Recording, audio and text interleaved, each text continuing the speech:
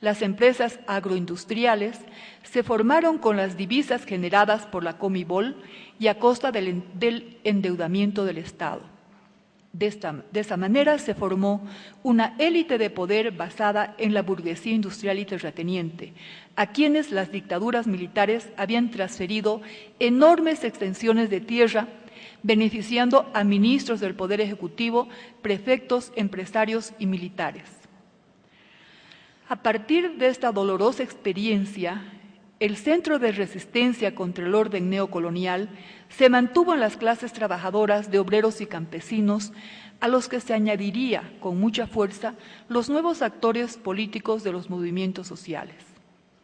El movimiento obrero, heredero de una gloriosa tradición de lucha reivindicacionista, política y antiimperialista, pasó por fases de paulatina desestructuración, incidiendo esta situación en la pérdida del rol protagónico de la Central Obrera Boliviana en el destino político del país. El centralismo minero tuvo su fin con el gobierno de Paz Estenssoro, que incorporó a Bolivia a la economía del libre mercado, dando fin al estado del nacionalismo revolucionario de 1952 y obviamente liquidando la centralidad minera. El golpe mortal será el decreto 21060, cuyo objetivo, como se evidenciaría después, no fue sanear la economía de la Comibol, sino romper la columna vertebral de la Central Obrera, que era la Federación de Mineros. El despido de 23.000 trabajadores mineros fue el preludio del ocaso de la Central Obrera. La consiguiente diáspora minera invadió las ciudades bolivianas, transformándolas dramáticamente. Otro grupo se fue rumbo al Chapare, donde se sembró una semilla revolucionaria que germinó en una parte del imaginario campesino de origen indígena. Continúa el licenciado Luis Oporto. Como hemos podido ver... Hola.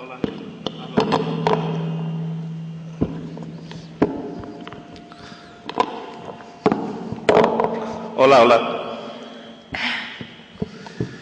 Como hemos podido ver, estos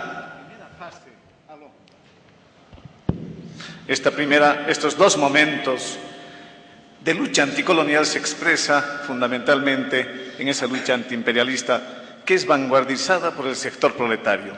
Pero debemos decir nosotros que desde el otro sector de esa sociedad subalternizada, no solamente por las clases dominantes, sino también por el propio proletariado, surge una fuerza que va cada día consolidándose más y va interpelando al Estado.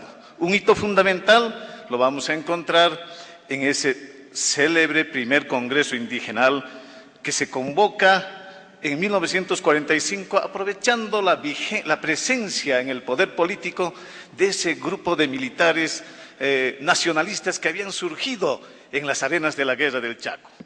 En ese espacio de diálogo que se abre luego de tremendas masacres campesinas, los campesinos interpelan al Estado con una cuestión muy diferente a la del sector proletario. La interpelación va a incidir en ese colonialismo interno que había sumido al campesinado en una situación de subalternidad. El proceso de 1952, que empieza como golpe de Estado, pero que luego se convierte en un proceso insurreccional, se logra fundamentalmente gracias a dos actores sociales. El sector proletario, que impone la toma de las minas, y fíjense, un año más tarde, el sector campesino, que obliga al gobierno a dictar el decreto ley de la reforma agraria. Pero ese decreto ley de la reforma agraria nos muestra ya la fortaleza de este sector que había sido ignorado sistemáticamente, puesto que la reforma agraria se va a consolidar solo después de la toma violenta de las haciendas, sobre todo en el valle de Cochabamba.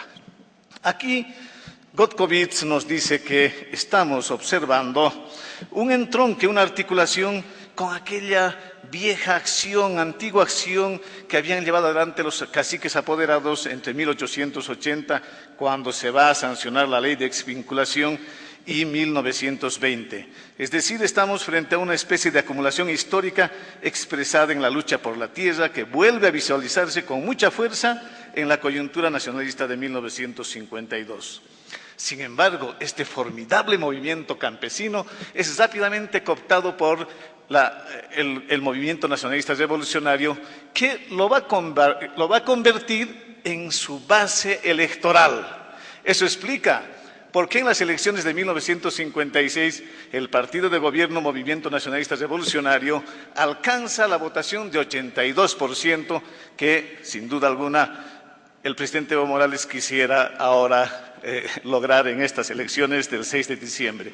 82% con esa votación, esta vez incorporando masivamente a los indígenas y primero a los campesinos, se logra cooptar a esa base social. Pero va más allá. El gobierno del MNR forma con este grupo impresionante las milicias campesinas. Esas milicias campesinas que supuestamente han sido organizadas y armadas para defender el proceso revolucionario, se usan, sin embargo, más bien para contrarrestar el poder real del sector proletariado que tenía sus propias milicias. Entonces, estamos viendo aquí un faccionalismo ya tremendo que en lugar de consolidar la Revolución Nacional, lo va a debilitar notablemente. Cuando cae el régimen de Paz Estenssoro y tenemos en el poder político a un representante de los Estados Unidos, el presidente René Barrientos Ortuño, va más allá. Él no liquida la milicia campesina, pero forma con estos el pacto militar campesino. A partir de este momento se va a emplear a esta fuerza coaligada con las Fuerzas Armadas en todo momento de crisis que era decretado por el sector proletario. Estos momentos de crisis, como paro de labores, huelga general indefinida, llevaron pues entonces a una confrontación entre el sector proletario y el sector indígena. Sin embargo, de ese control gubernamental, estatal de los campesinos organizados en la Confederación Nacional Sindical de Trabajadores, que se formó el año 53 con decreto supremo, en la más férrea dictadura que tuvimos nosotros en el periodo de 1971 a 1977, observamos dos momentos en que los campesinos actúan al margen de la consigna gubernamental. El primero, durante las medidas económicas de 1974 impuestas por la dictadura, consistentes en la devaluación de la moneda nacional y el congelamiento de precios. Ante esta situación, los campesinos bloquean los caminos, bloquean las principales carreteras del país y ponen en jaque al gobierno del dictador Banzer Suárez. El gobierno no tiene ningún reparo en desplegar tropas para despejar las carreteras, provocando dos masacres en Tolata y Epizana.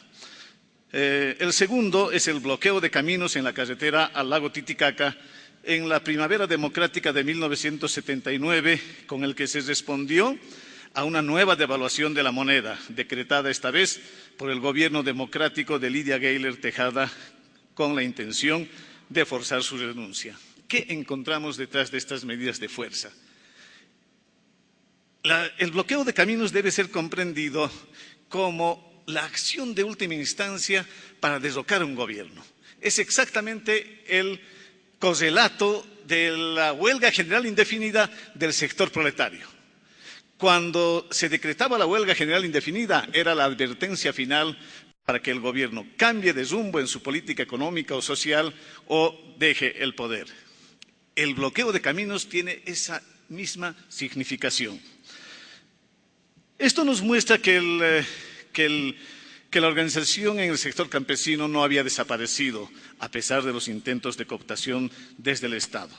La fuerza social del campesinado, sin embargo, estaba muy fragmentada en diversas facciones, unas apoyando al gobierno y otras aproximándose cada vez más al sector proletario. Esta fuerza social trata de incorporarse orgánicamente a la Central Obrera Boliviana, aunque surge también en esa misma época un ala radical del campesinado, que se va a conocer como el indianismo. El indianismo no tiene ningún interés en aproximarse al sector proletario, no comulga con el ideario marxista. El indianismo plantea, desde todo punto de vista, la autodeterminación de los pueblos, la libre autodeterminación de los pueblos.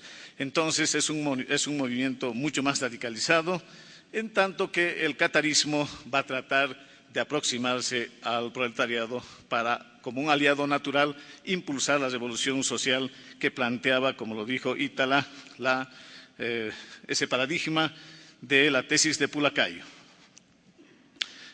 El indianismo es considerado una especie de hermanastro del catarismo. El indianismo está conformado fundamentalmente por intelectuales aymaras. Son esos intelectuales que han logrado acceder a la educación superior como resultado del 52, de la revolución social del 52. Destacan entre los primeros líderes Constantino Lima y Luciano Tapia, quienes logran ingresar electos al Parlamento de 1978, llevando por primera vez como sello de identidad indígena el poncho y el yuchu, a diferencia de los líderes cataristas que habían optado por la indumentaria occidental y abrazado el ideal marxista. De esta manera, los indianistas rechazaron la doctrina marxista y también, al mismo tiempo, despreciaban la Constitución de 1967. Bebían, pues, de las fuentes de un indianismo puro que había sido pergeñado, construido por Fausto Reinaga, y a partir de esta visión del país, de un país autodeterminado, se dedicaban a redactar su propia versión de Carta Magna. Recuerdo que en el Congreso político indio del Tahuantinsuyo, que se llevó a cabo en la población de Tiahuanaco en 1982, jóvenes intelectuales aymaras como Germán Choque, Sebastián Mamani, Ramón Conde y otros jóvenes fundamentalistas desenterraron la consigna del ejército india y propugnaban la guerra contra los caras. Estas actitudes parecían más bien exóticas y casi ligadas a una especie de folclore político y francamente eran despreciadas por los grandes debates que desarrollaba la gloriosa Federación Sindical de Trabajadores Mineros de Bolivia y la Central Obrera Boliviana. En 1982 se produce un congreso de reunificación campesina y ahí se va a fundar la Confederación Sindical Única de Trabajadores Campesinos de Bolivia y como resultado directo de esta acción, finalmente la Central Obrera Boliviana incorpora al sector campesino, pero todavía lo hace en una condición subalterna, es decir, como un aliado más del proletariado. Esto quiere decir que se cuidaban de dejar muy claro que la vanguardia revolucionaria seguía siendo el sector minero. Existen varios actos simbólicos detrás de esta actitud que desprecia el valor real de este sector campesino.